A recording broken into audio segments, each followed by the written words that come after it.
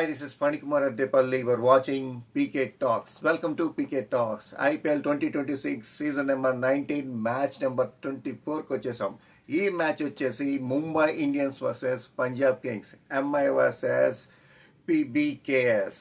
ఈ మ్యాచ్ ఎక్కడ జరుగుతోంది, వెన్యూ రిపోర్ట్ ఎలా ఉంటుంది, పిచ్ రిపోర్ట్ ఎలా ఉంటుంది, రెండు టీంల బలాబలాలు ఏంటి, ఈ మ్యాచ్లో ఎవరు గెలుస్తారనే అనాలిసిస్ గురించి ఇప్పుడు తెలుసుకుందాం. Okay, welcome to PK talks.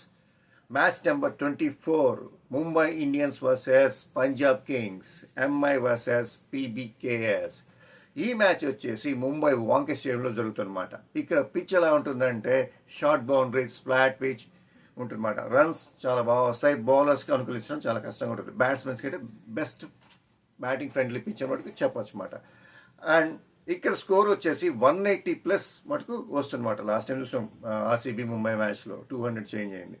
అలాగే ఇక్కడ 180+ రన్స్ వచ్చే అవకాశాలు చాలా ఎక్కువగా ఉన్నాయి. డ్యూ ఫ్యాక్టర్ మటుకు ఖచ్చితంగా ఉంటుంది అన్నమాట. డ్యూ అనేది ఖచ్చితంగా ఉంటుంది.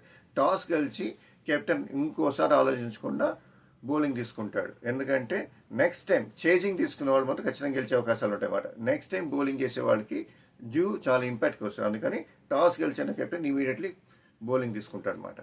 సో అది రెండు టీముల బలాలు చూస్తే ఇప్పటి వరకు ముంబై ఇండియన్స్, పంజాబ్ వాళ్ళు 34 టైమ్స్ తలపడ్డారు. దాంట్లో 14 times Mumbai Indians, 14 times Punjab వాళ్ళు గెలిచారన్నమాట. రెండు టీంలు సమానంగా ఉన్నాయి.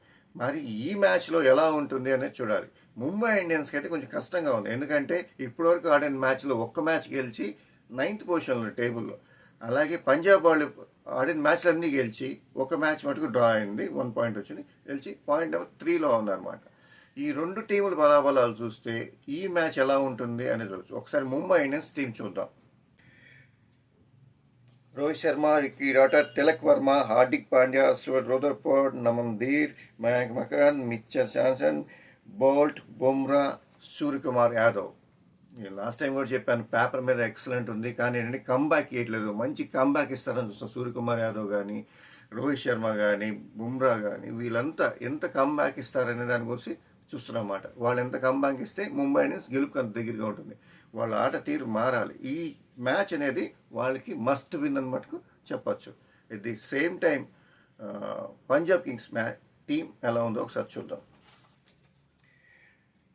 ప్రభాషన్ Singh, Cooper, Shreyas Iyer, Nehal, Shashank Singh, Mike Stroke, Mike Johnson, Vijay Kumar, Randeep Singh, Chahal, ప్రచుత్ ప్రియాన్స్, ఆర్య.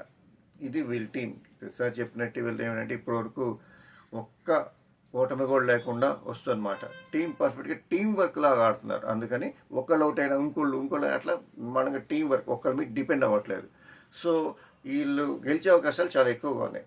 రెండు టీముల బలాబలాలు చూసి ఈ మ్యాచ్లో పీకే టాక్స్ అనాలిసిస్ ప్రకారం ముంబై ఇండియన్స్ గెలిచే అవకాశాలు 55% అంటే 5%, 45% ఇద్దరికి 50-50. కానీ అంటే ఓ 5% ముంబైకి, ఎందుకంటే కంబ్యాక్ ఇస్తుంది గట్టిగానే దాంట్లో. సో దీని మీద బెట్టింగ్ పెట్టుకోకండి. బెట్టింగ్స్ వల్ల మీకే కాదు అందరి జీవితాలు నాశనం అవుతాయి. మరిన్ని ఐపీఎల్ వీడియోస్ కోసం, మరిన్ని ఐపీఎల్ అప్డేట్స్ కోసం keep watching PK Talks. Please subscribe PK Talks. మీరు ఎంతమంది సబ్స్క్రైబ్ చేస్తే అంతమందికి రీచ్ అవుతుంది PK Talks. So this is Panikumar Addepalli signing off.